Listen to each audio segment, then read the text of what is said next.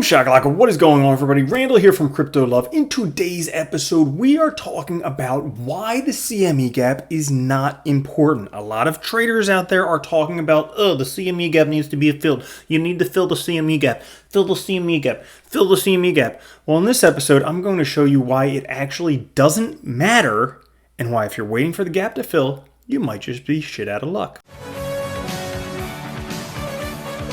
What's up guys, Randall here. Today's episode is about fuck the CME gap.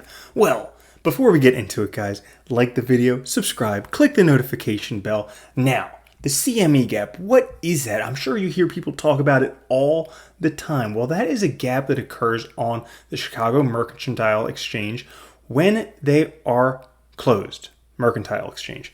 And we can see the most recent one right there, the most recent unfilled gap that occurred between July 24th and 27th of 2020. Now, before we look further into that, there's this article here on Cointelegraph about closing the gap, the effect of CME Bitcoin futures on Bitcoin price. So the crypto space gives significant weight to the CME gaps. A gap occurs on the CME Bitcoin futures chart when Bitcoin spot price moves while the CME Bitcoin futures markets are closed for the weekend or the holidays.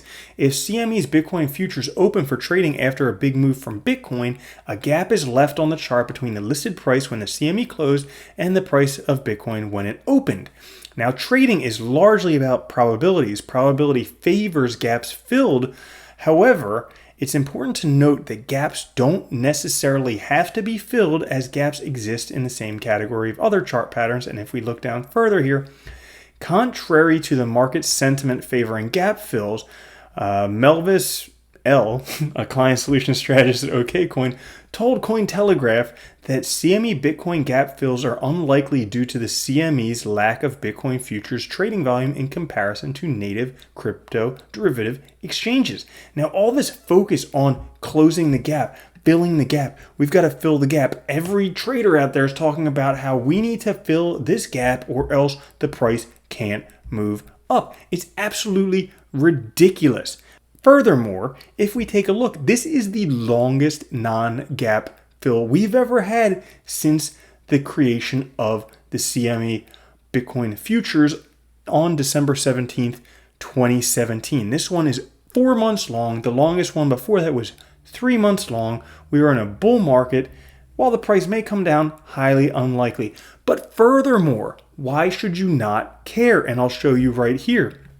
Because if we take a look at where we are in the overall scheme of things, okay, these blue lines are halvings, these white dotted lines are previous all-time highs. So we have previous all-time high, price drops, halving, price rocks through the all-time high to a new all-time high, and then we repeat the cycle. Well, where are we on this cycle? We're after a halving where the price rocks through a previous all-time high to a new all-time high.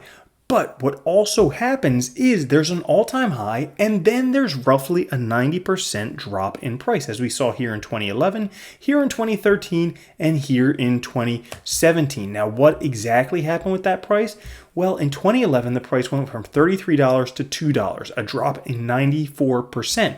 In 2013, it went from $11.87 to $161, a drop in 87%. In 2017, it went from $19,967 to $3,100, an 85% drop. Well, on average, that's an 89% price drop from all-time high to low. Well, guess what? Even if these traders are right and we need to fill this gap, like let's say it's a rule that every gap needs to be filled. And I should note, that is not a rule. There is no rule that CME gaps need to be filled. But if that was a rule that the CME gaps need to be filled, guess what we could do?